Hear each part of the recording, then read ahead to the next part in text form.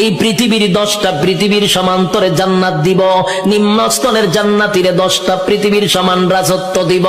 ডান হাতে আমলনামাটা পাইয়া বান্দা লাফাইতে থাকবে আর বলবে, মালিক আমি এত খুশি, এত খুশি, এত খুশি, এত আনন্দ, এত আনন্দ আমি কোথায় রাখবো?